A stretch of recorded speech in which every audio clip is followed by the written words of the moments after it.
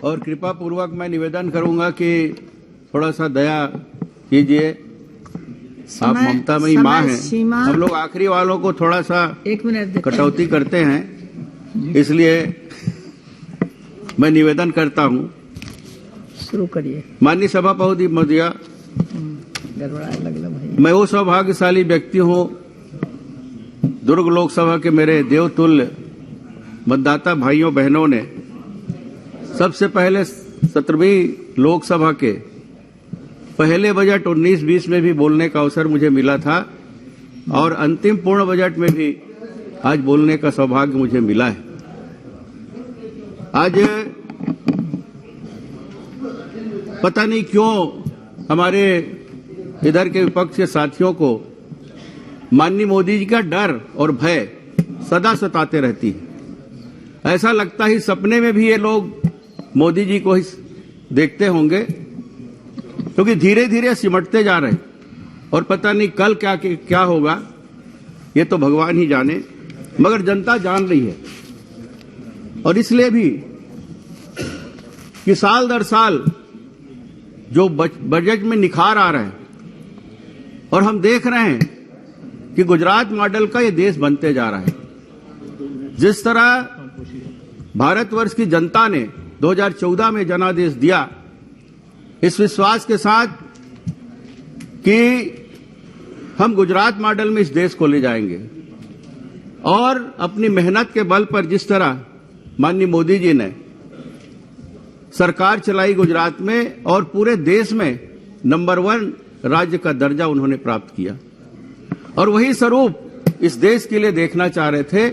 और आज गर्व के साथ मैं कहना चाहूंगा कि 10वें पायदान में 2014 में थे, आज हम सब इस देश के विकासशील जो देश हैं उनके समकक्ष आज 5वें स्थान पर खड़ा हो गए हैं। यह हमारे लिए सौभाग्य का अवसर है। मैं हमारी वित्त मंत्री माननीय निर्मला सीतारमण जी के बारे में भी कुछ कहूं, क्योंकि उनकी मेहनत, आदरणीय कराड़ जी यहां बैठे हैं, मैं उनका भी अभिनंदन करता हूं कि मैंने उस समय भी कहा था पहले बजट में कि उनके नाम के अनुरूप ये बजट है। ये निर्मल भी है, रमणीक भी है और सीता मैया की ममता की छाप भी इस बजट में है। और खासकर गरीबों के लिए जो अनेक योजनाएं बनी हैं वो तारीफे काबिल है। इसलिए मैं इस बजट का पूर्णतः समर्थन करते हुए मैं सभी से चाहूंगा कि सर्वसम्मति से इस बजट को हम सब पास करें। माननीय महोदया, इस बजट में सभी वर्गों ने अपने आप को पाया है।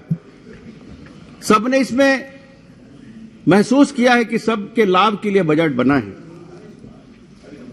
और प्रधानमंत्री नरेंद्र मोदी जी के कुशल नेतृत्व में जिस तरह भारत देश समृद्ध हुआ है, समर्थ हुआ है, साहसिक हुआ है, संगठित हुआ है और सांस्कृतिक राष्ट्रवाद की अलख पूरे देश में अपनी आभा बिखेर रही है।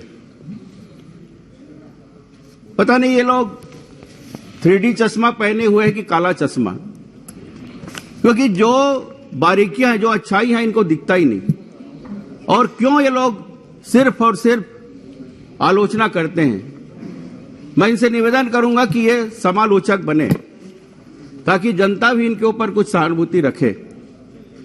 अभी 2 दिन पहले हमारी एक तृणमूल की सांसद बहन, जो होली में हम लोग मूर्ख सम्मेलन करते हैं उसमें टोपी पहनते हैं, वो लेकर आई थी और खुद ही पहन रही थी, क्योंकि हम लोग टोपी पहनाने की परंपरा, जो सम्मेलन होता है कवि सम्मेलन, मूर्ख का कवि सम्मेलन, तो खुद पहनते हैं।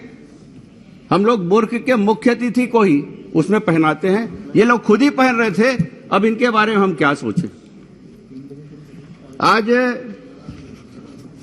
मैं ये भी कहूंगा माननीय सभापति महोदय कि कल जब इनकी सरकार थी 10 साल पहले, तब विश्व में हमारे देश की क्या हालत थी। हमारे देश के बड़े बड़े पदों पर बैठे लोग जब अनेक देश में जाते थे तो वो सम्मान हमको नहीं मिल पाता था। बड़े बड़े पदों पर बैठे लोगों की ये हालत थी, तो सामान्य नागरिक की क्या हालत होगी ये हम सोच सकते हैं, और हमने देखा भी है। मगर मोदी जी ने इन 9 साल में जो प्रतिष्ठा इस भारतवर्ष की बढ़ाई है, इस भारतवर्ष के अनेक महापुरुषों ने आजादी इसलिए दिलाई कि हमारा देश फिर से सर्वोच्च स्थान पर पहुंचे, और उस बात को सत्य साबित माननीय मोदी जी ने अपने मेहनत और लगन के बल पर की है, और वो स्वरूप दिख रहा है। आज पूरे विश्व में मान सम्मान के साथ हमारे मोदी जी को सम्मान मिलता है, और ये एक नागरिक भी अगर भारतवर्ष का कहीं जाए तो उनको भी वो सम्मान मिलता है जिसकी अपेक्षा हम भारतवासी हमेशा करते रहते हैं। अभी तो 5 मिनट भी नहीं हुआ है। आज मैं कुछ बातें गरीबों के लिए भी कह दूं, क्योंकि मैं उसी को कोट करते हुए आज माननीय महोदया, जो गरीबों के लिए जो योजनाएं बनाई गई है, उनके सोच के लिए मैं धन्यवाद देता हूं वित्त मंत्री जी को और प्रधानमंत्री जी को, कि गरीब कैदी के लिए भी इसमें सम्मानजनक इस योजना में उनको भी शामिल किया गया है। ऐसे बहुत से गरीब कैदी जो अदालत से जुर्माने की राशि नहीं दे पा रहे थे, उनके लिए भी व्यवस्था इस बजट में की है। मतलब कैदियों के बारे में सोचना किसी ने आज तक नहीं सोचा, लेकिन उस बारीकी को भी समझे और उस सम्मान की राशि देने की बात कही।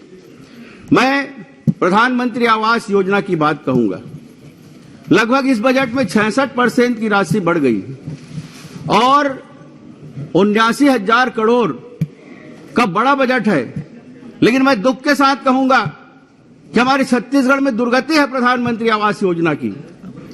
लगभग 16 लाख हमारे गरीब परिवारों को, पात्र परिवारों को वहां वंचित कर दिया गया, वहां की कांग्रेस की सरकार के माध्यम से। छत्तीसगढ़ कर्ज में डूब रहा था, बदरुद्दीन छत्तीसगढ़ कर्ज में डूब रहा है, और छत्तीसगढ़ में शराब। बहुत बहुत शुक्रिया मैडम।